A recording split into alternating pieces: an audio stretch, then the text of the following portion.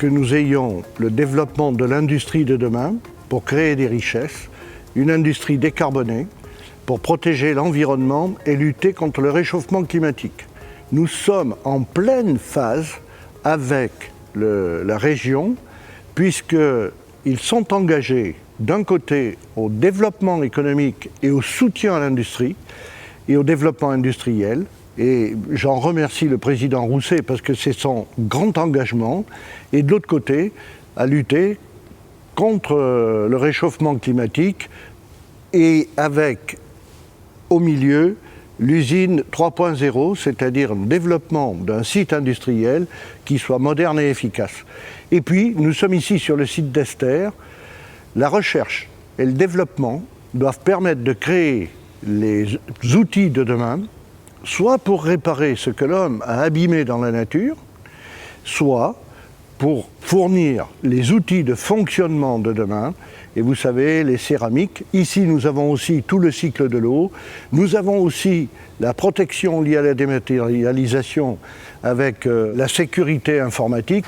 Donc nous avons beaucoup d'atouts et nous devons travailler ici à faire en sorte que les créateurs qui sortent de l'université, qui sortent de nos écoles d'ingénieurs, les doctorants, puissent trouver la possibilité de développer leurs talents, de développer leurs innovations, de créer les produits de demain, et nous les accompagnons pour qu'ils passent de start-up à TPE, PME.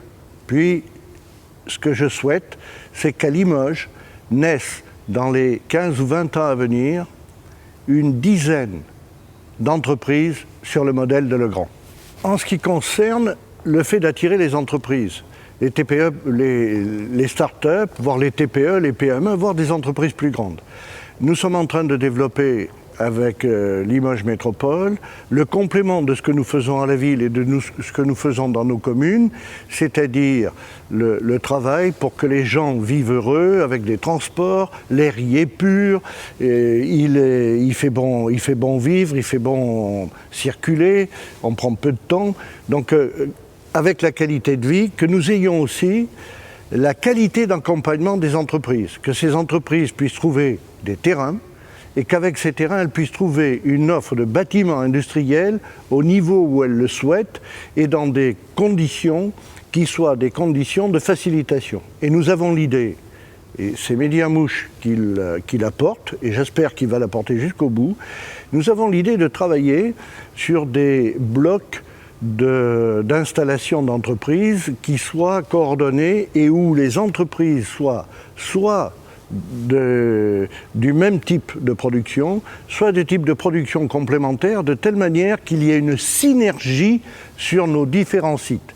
Et puis, tous les sites industriels qui sont abandonnés, nous les récupérons, nous les recyclons et nous travaillons autour de cette coordination. Par exemple, nous sommes en train de travailler sur un site d'implantation du luxe et de la production de vêtements, de la production de cuir et de la production d'objets précieux qui puissent servir. Donc là, il y a une coordination parce que ce sont les mêmes grosses entreprises qui sont d'ordre et en même temps, il y a la possibilité de former des gens à des métiers. Ils peuvent passer du métier du vêtement de très haute qualité à des métiers du cuir de très haute qualité et croisés. Un peu aussi, je ne sais pas si vous avez vu la théière qu'avait fait Bernardo avec l'anse en cuir Weston. Eh bien, tout ça, c'est de la créativité à Limoges. Et cette créativité à Limoges, eh bien, il faut la pousser, il faut la développer, il faut la faire connaître. Et c'est pour ça que j'en profite pour la faire rayonner chaque fois que je peux au niveau français, au niveau européen, avec la route de la céramique et tous nos autres échanges, les villes créatives de l'UNESCO, et au niveau mondial.